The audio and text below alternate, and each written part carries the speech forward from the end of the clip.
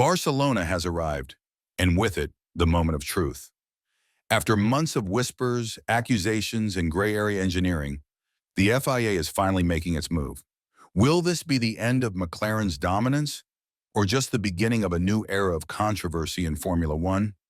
This weekend isn't just another race. Barcelona is the battleground where the future of the 2025 season could be decided. It's a circuit known for revealing a car's true performance. Long straights, slow-speed corners, high-speed sweepers, everything is tested here. And it's no coincidence that this is the same weekend the FIA is clamping down on flexible aerodynamic components. Everyone's watching McLaren, and rightly so. They've shocked the paddock with their rapid rise. But now teams are pointing fingers, and the FIA has had enough. Let's rewind to Suzuka. On the straights, the rear wing of the McLaren was visibly bending, low to the ground under load, then springing back under braking. That's not illegal, but it is walking a fine line. The same goes for the front wing, especially in low-speed corners.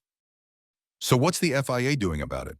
Starting this weekend, a new technical directive reduces allowable flex on front wings from 15 mm down to 10 mm.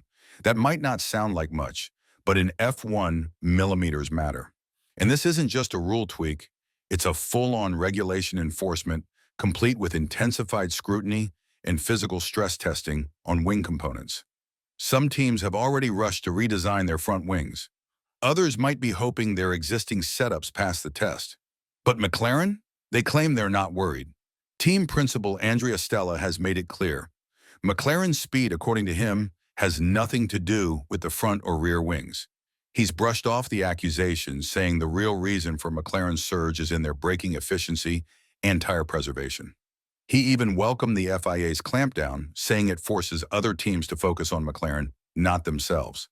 And when teams are distracted, that's when McLaren gains the most. Red Bull is hoping this is the break they need. Christian Horner has pointed out that in the first few races, Red Bull was trailing by nearly a second per lap behind Lando Norris. But with a new rule enforcement at play, Horner believes that McLaren could finally be reeled in. Ferrari, meanwhile, is still playing catch-up. Statistically, they started the season with the strongest driver pairing, but the lack of upgrades and internal confusion has cost them dearly.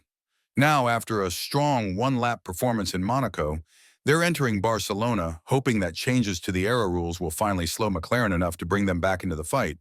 But the wings aren't the only area under scrutiny. Earlier this season, McLaren was accused of using phase-changing materials in their braking system to cool their tires, giving them superior grip and longevity. After the FIA issued a clarification ahead of Imola, McLaren's performance dipped noticeably.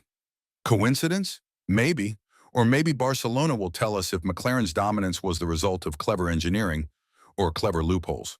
So what's at stake in Barcelona? A lot. If McLaren continues their dominance, it might be game over for Red Bull, Ferrari, and Mercedes.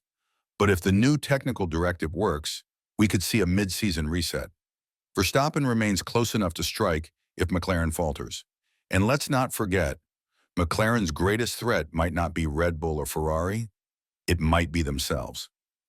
Norris and Piastri are locked in an internal battle, one that could cost them points, strategy, and perhaps the championship. Here's the question we all have to ask. Is the FIA protecting the integrity of the sport, or just trying to spice up the show? Some fans believe this clampdown is necessary to prevent technical exploitation. Others argue it's just another way of slowing down the fastest car to keep the championship interesting. And let's not kid ourselves. In F1, the line between innovation and illegality has always been razor thin. So here's what I want to know from you. Is McLaren's advantage built on genius design or rule-bending trickery? Is this FIA clampdown a fair reset or a manufactured shakeup? And most importantly, are we about to see the championship truly come alive? And don't forget, if you're passionate about F1, the highs, the heartbreak, and the hard truths, hit that like button, subscribe, and ring the bell so you never miss a deep dive.